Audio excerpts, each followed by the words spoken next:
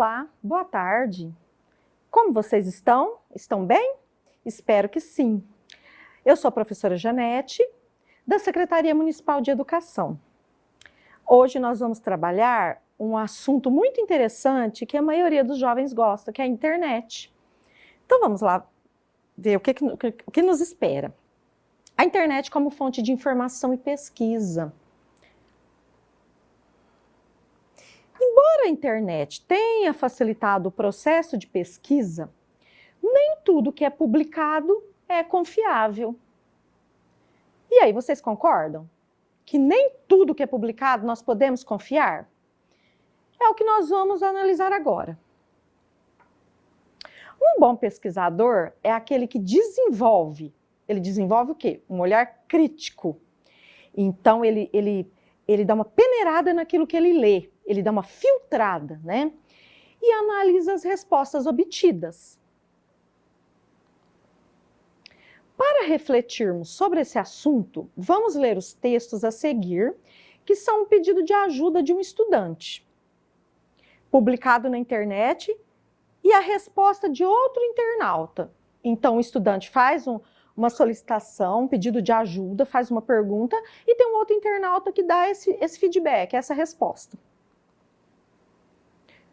Quem leu o livro A Marca da Serpente pode me responder? Então, essa é a pergunta do internauta. Sobre o livro, responda. Olha quantas questões que ele faz para ver se alguém sabe essas respostas. Quem é o personagem principal? Que fato da história de sua vida marca a vinda para o Brasil? Por que o interior de Minas Gerais tornou-se o lugar ideal para Vlad se instalar? Que fato mudou os rumos da vida de Vlad? Qual foi o grande conflito interior que Vlad atravessou? E qual saiu vitorioso? Qual foi a prova decisiva para Vlad? Por favor, aí estão algumas das perguntas que preciso da resposta. Vale 10 pontos. Então, pela pergunta, dá para perceber que deve ser um aluno que está assim, aflito, por conta de alguma atividade que ele tenha que apresentar na escola. Então vamos ver o que um outro internauta dá de resposta a ele. Melhor resposta, Kukan Ei é o internauta que dá essa resposta. Olha o que ele fala, gente. Resumos, análise, síntese, sinopses, monografias, resenhas, trabalhos de conclusão de curso, dissertações, projetos de pesquisa, fichamentos, compilações, comentários, características, críticas de livros, textos, filmes, novelas, música, documentários e autores, quando solicitado por professores, olha só, quando solicitados por professores ou entidades de ensino, são para avaliar o grau de entendimento, análise e crítica do aluno quanto a determinada obra, assunto, conceito ou teoria. Aconselho a execução da tarefa escolar pelo próprio aluno, para sua melhor e maior qualificação no futuro, principalmente ética, moral e profissional. Olha que tapinha de pelica que esse internauta dá ao outro. Porque o outro, ele está querendo a resposta pronta, ele não quer ler o livro, ele quer todas as respostas. E isso, o que vocês acham? Isso vai ser prejudicial a ele ou vai ser benéfico? Fica aí do outro lado para vocês pensarem. Olha o que esse internauta falou para ele. Que ele deve, independente do que for solicitado a ele pela escola, seja um resumo, uma análise, uma síntese, uma monografia, seja o trabalho que for solicitado, ele tem que correr atrás. Porque lá no finalzinho, olha o que ele fala. Porque vai ser para a sua melhor e maior qualificação no futuro. Principalmente, olha só, gente, ética, moral e profissional. E eu concordo amplamente. Qual foi a atitude do internauta Kukan Ei em relação ao pedido do estudante? Ao responder que argumentos o internauta utilizou para justificar sua atitude? Então, quais argumentos que ele utilizou para sustentar a sua defesa de que o importante é ele mesmo, o próprio estudante, fazer atividade? Estudar, pesquisar, arregaçar as mangas e não depender de respostas prontas, né? Então, quais são esses argumentos que ele utiliza lá? Vocês concordam, com o Q&A? Então, nós temos ali uma legendinha, um ícone a favor, um verdinho ok, ou contra?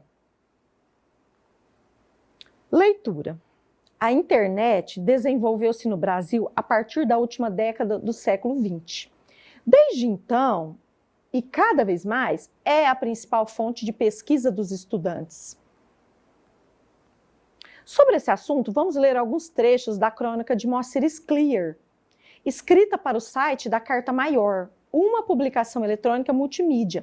Lembrando que Moacir Scliar, ele foi um cronista muito importante e contemporâneo. Acredito que faça 3 anos ou menos que ele faleceu. Então vamos ver o que ele fala sobre esse assunto. Internet e fraude. Alguém duvida que a internet mudou a vida das pessoas? Não, ninguém pode duvidar disso. A internet não é apenas um meio de comunicação ou de informação. É um jeito de viver, um novo jeito de viver. E a história do mundo vai se dividir em 2 fases. Olha o que ele comenta, que nós temos 2 fases. Antes da internet, chamada AI, e DI, depois da internet. E ai do AI. A internet subverteu totalmente a milenar ideia de que os mais velhos detêm o conhecimento. Agora, são eles que têm de aprender com os mais jovens e não o contrário. Olha o que essa crônica diz. Que até as pessoas muito sábias, mais idosas, que elas também têm que aprender um pouco mais agora com a internet. Por quê? É um novo método, uma nova tecnologia, uma nova ferramenta. Em primeiro lugar, precisamos nos dar conta de que, como foi dito antes, copiar os alunos sempre copiaram. Só que antes faziam isso à mão. Pode-se alegar que dessa forma aprendiam alguma coisa. Mas trata-se de uma afirmação questionável. Então essa questão, ela é questionável. Será que quem copia aprende alguma coisa? Então ela é questionável. Copiar pode ser simplesmente uma coisa mecânica, automática. Em primeiro lugar, o melhor é perguntar: qual deve, afinal, ser o característico de um trabalho de aluno? A mim, a resposta parece óbvia. O trabalho do aluno, como o trabalho de qualquer pessoa, como este texto que vocês estão lendo, deve refletir o pensamento e as emoções de quem o elabora. Ou seja, o trabalho deve ser eminentemente pessoal. Ele coloca ali todo o conhecimento prévio ou não dele. Então tem que ser totalmente pessoal. Atividade. Leia o texto na íntegra, na sua apostila, e reflita a respeito dos trechos comentados. Qual ícone, a favor, contra ou neutro, representa a sua opinião a respeito do que se afirma nos trechos? Explique sua posição, apresentando argumentos para defendê-la, porque vocês já sabem que quando eu tenho uma tese, uma defesa, eu preciso de argumentos que a sustente. Não posso só colocar que eu sou a favor da ideia, ou fico neutra, não concordo nem discordo, fico em cima do muro, ou sou contra. Eu tenho que me embasar em ferramentas, em argumentos plausíveis e sólidos para que o outro do outro lado, ele consiga entender o meu pensamento. Ok? Vamos refletir? Olha o tanto de jovens com celular, com a tecnologia às mãos. Com a internet, acessada por computadores pessoais e por telefones celulares, os estudantes dispõem de uma quantidade incalculável de informações. Isso é verdade. Nesse sentido, hoje é muito mais fácil pesquisar e realizar trabalhos escolares do que há alguns anos. Com certeza, antes o que nós tínhamos? Nós tínhamos os dicionários, nós tínhamos os livros didáticos.